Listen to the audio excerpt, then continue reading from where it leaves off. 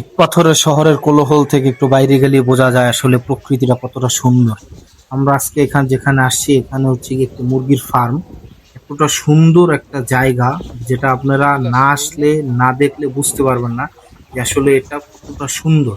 যেখানে প্রকৃতি নিজেই কথা বলে। আসলে এখানে আসার পরে যে মুরগিগুলা কত কাছে আসতেছে এবং আপনার হাত থেকে খাবার নিচ্ছে, আপনার খাবার দিচ্ছি আমি, এতটা ভালো লাগতেছে আসলে, যেটা আমি আপনাদেরকে ভাষায় বলে প্রকাশ করতে পারবো না। যে আপনারা যখন আসবেন দেখবেন তখন আসলে বোঝা যাবে যে এটা যে কতটা সুন্দর।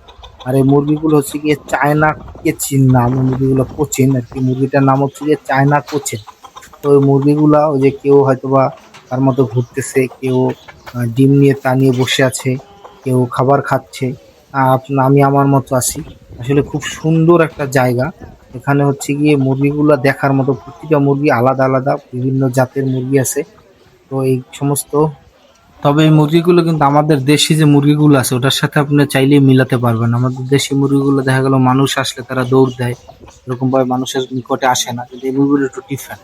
এই যে একটা মুরগি দেখতেছেন খুব রাগ খণ্ডিত হয়ে বসে আছে, এরা দুজনের ভিতরে ভাব আলাপন করতেছে। আরেকজন ওই যে তাও দিয়ে বসে আছে ডিমে। তো যে যার মতো, প্রকৃতি প্রকৃতির মতোই আছে, উপরে কবুতর। মানে প্রতিটা জিনিস আসলে খুব আলাদা আলাদা ভাবে, মানে মনে হয় গুছানো।